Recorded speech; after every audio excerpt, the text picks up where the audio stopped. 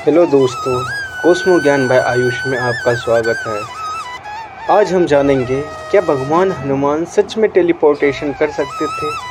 क्या उनके पास कोई ऐसी शक्ति थी जिससे वो एक ही पल में हजारों किलोमीटर दूर पहुंच जाते थे।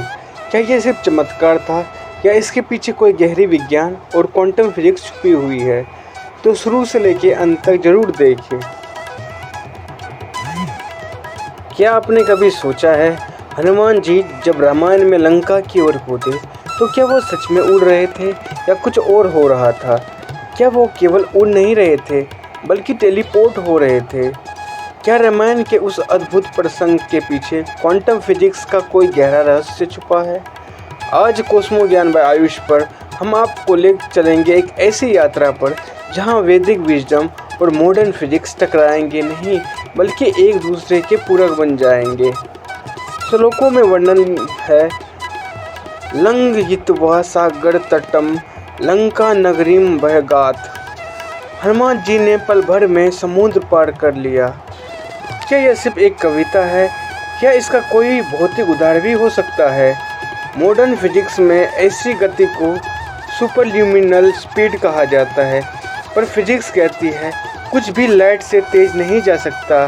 तो क्या हनुमान जी ने लाइट को भी हरा दिया था, या वो स्पेस टाइम को बेंड करके एक जगह से दूसरी जगह टेलीपोर्ट हो गए। क्वांटम टेलीपोर्टेशन क्या है? यह कोई मूवी मैजिक नहीं है, ये एक एक्चुअल प्रोसेस है जो दुनिया की सबसे हाई लेवल लैब्स में टेस्ट हो चुका है। इसमें दो पार्टिकल्स, चाहे वो करोड़ों लाइट ईयर्स दूर हो, एक साथ लिंक रहते हैं। इसे कहते हैं क्वांटम इंटेंगलमेंट। वैसे दोस्तों, हमने क्वांटम इंटेंगलमेंट का वीडियो कवर किया है, अगर आपको इंटरेस्ट हो तो प्लीज़ चेकआउट करें। अगर एक पार्टिकल पर कुछ इफ़ेक्ट डाला जाए, दूसरी पार्टिकल पर भी वे इफ़ेक्ट होते हैं रियल टाइम में। क्या हनुमान जी का माइंड इस क्वांटम लेवल रियलिटी को कंट्रोल कर सकता था? क्या उनका मन किसी क्वांटम इंटेग्रल्ड नेटवर्क से जुड़ा था? रामायण, महाभारत और वेदों में ऐसे कई वर्णन हैं। त्रिकालदर्शी यानी पास्ट, प्रेजेंट और फ्यूचर सब देखना।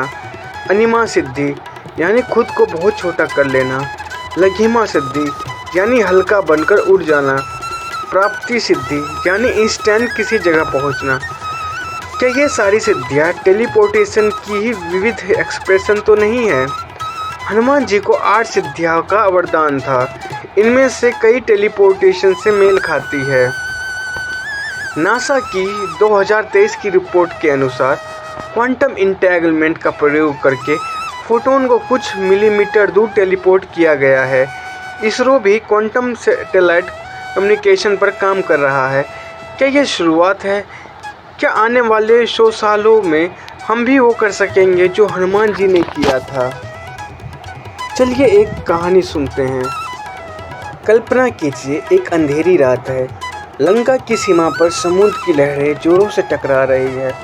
चारों ओर रावण की राक्षसी सेना की छावनियां फैली हुई है और हनुमान जी अकेले खड़े हैं समुद्र के उस पार। उन्हें अभी अभी पता चला माता सीता अशोक वाटिका में कैद है। उनके पास समय बहुत कम है, मगर दूरी हजारों किलोमीटर।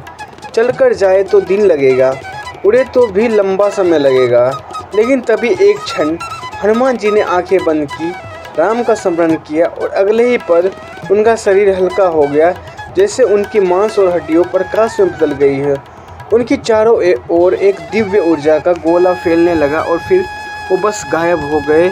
अगले ही पल लंका की हवा अचानक भारी हो गई। अशोक वाटिका के पेड़ झुक गए और माता सीता ने हवा में एक तेज स्पंद महसूस किया। पलक झपकते ही हनुमान जी अशोक वाटिका में माता सीता जी के सामने थे। ना कोई रास्ता, ना कोई संकेत, ना कोई यात्रा, केवल एक दिव्य टेलीपोर्टेशन। अब सवाल उठता है, क्या सच में टेलीपोर्टेशन था या फिर हनुमान जी कोई ऐसी स्पेस टाइप तकनीक इस्तेमाल कर रहे थे जो आज भी हम क्वांटम टेलीपोर्टेशन के रूप में खोज रहे हैं। हनुमान जी केवल बलवान नहीं थे, वो एक परफेक्ट स्पिरिचुअल टेक्नोलॉजिकल बीइंग थे। उनकी चेतना इतनी डेवलप थी कि वो क्वांटम लॉज को बाईपास कर सकते थे। आइंस्टीन का space type concept, quantum mechanics की अनसर्टेनिटी, हनुमान जी की चेतना इन सभी से परे थी। एक और संभावना, क्या हनुमान जी ने कोई वर्म होल खोला था? क्या वो 3D स्पेस को छोड़कर 5D या 6D डायमेंशन में चले गए थे, जहाँ डिस्टेंस नाम की कोई चीज़ ही नहीं होती? रामायण के अनुसार हनुमान जी चिंतन मात्र से ही किसी जगह पहुँच सकते थे। क्या ये मानसिक विजुअलाइजेशन नहीं बल्कि इंटरडायमेंशनल टेलीपोर्टेशन था? आज की मॉडर्न साइंस भी क्वांटम टेलीपोर्टेशन को समझने में संघर्ष कर रही है, पर भारत के ऋषियों ने हजारों साल पहले ही ये कहानी रच दी थी। हनुमान जी केवल एक पात्र नहीं बल्कि शायद एक ब्लूप्रिंट है, उस चेतना का, उस विज्ञान का जिसकी क्षमता हमने अभी तक केवल छुआ भरा है। क्या हम एक दिन हनुमान जी जैसे बन सकते हैं? क्या टेलीपोर्टेशन एक दिव्य चमत्कार नहीं बल्कि विज्ञान का अगला पड़ाव है? ये सवाल हम आपके लिए छोड़ते हैं। अगर ये वीडियो आपको रोचक, वैज्ञानिक और आध्यात्मिक लगा तो लाइक करें, कमेंट में अपनी राय दें और चैनल कॉस्मो ज्ञान बाय आयुष को सब्सक्राइब करना ना भूलें। मिलते हैं अगले ब्रह्मांडीय रहस्य में। जय श्री राम। धन्यवाद आपके समय के लिए।